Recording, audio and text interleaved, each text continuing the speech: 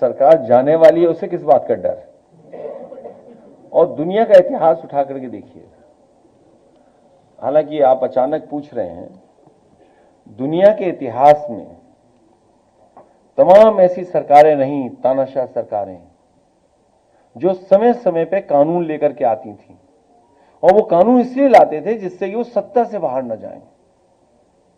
Italy में भी उदाहरण है इसका, जर्मनी में भी उदाहरण है इसका, रशिया में भी उदाहरण है इसका। लेकिन वो सरकारें बची नहीं। याद रखना, जो दूसरों के लिए गड्ढा खोदते हैं, एक दिन वो खुद ही उस गड्ढे में गिरते हैं। याद कीजिए, ईडी किसने बनाया था?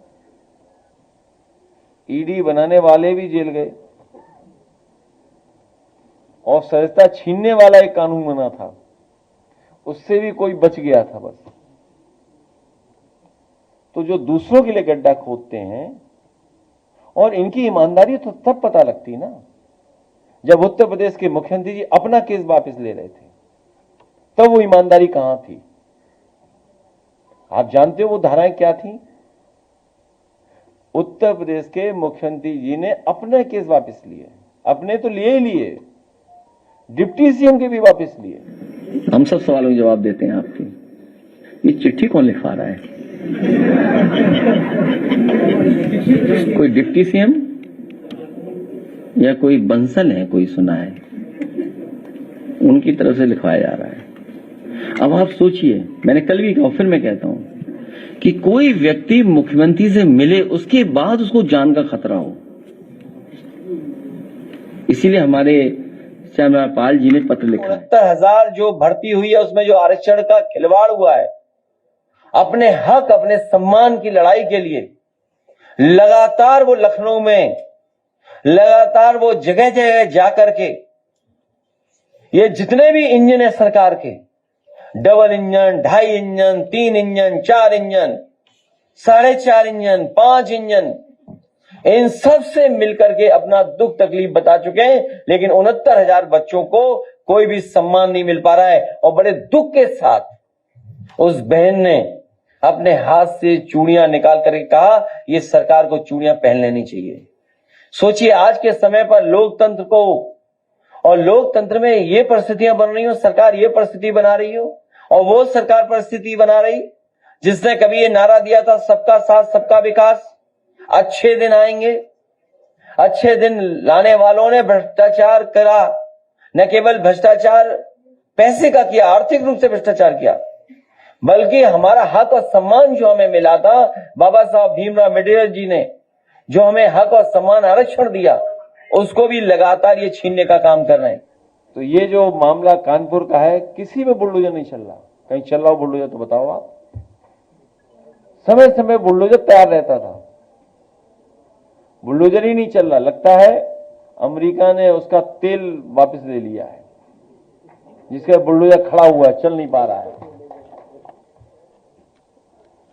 टैरिफ लग गया होगा उस पर।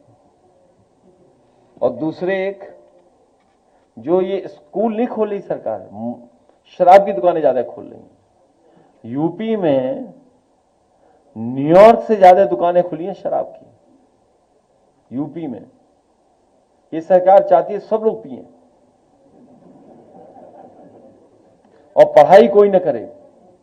इसीलिए आज भी वो जो 20,000 से ज्यादा स्कूल है, प्राइमरी स्कूल, वो बंद पड़े हुए हैं।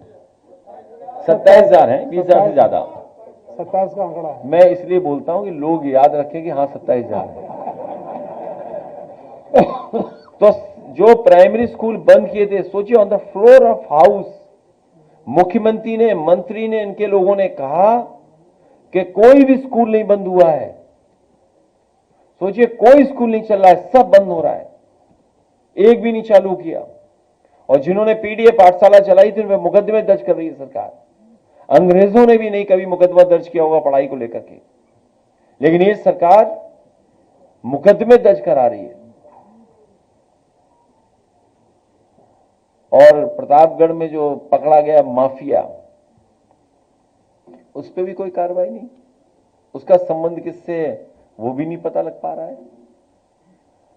अगर पिछले 9 साल के आप माफिया गिनोगे अलग अलग क्षेत्र के, अलग अलग क्षेत्र, पढ़ाई के क्षेत्र में पेपर आउट वाले माफिया वो सब बीजेपी के, शराब वाले माफिया सब बीजेपी के, नौकरी माफिया सब बीजेपी में, कंस्ट्रक्शन ठेकेदारी सब माफिया उसी में।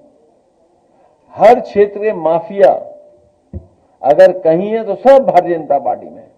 और हों भी क्यों नहीं, क्योंकि मुख्यमंत्री जी ने खुद ही अपने केस वापस लिए,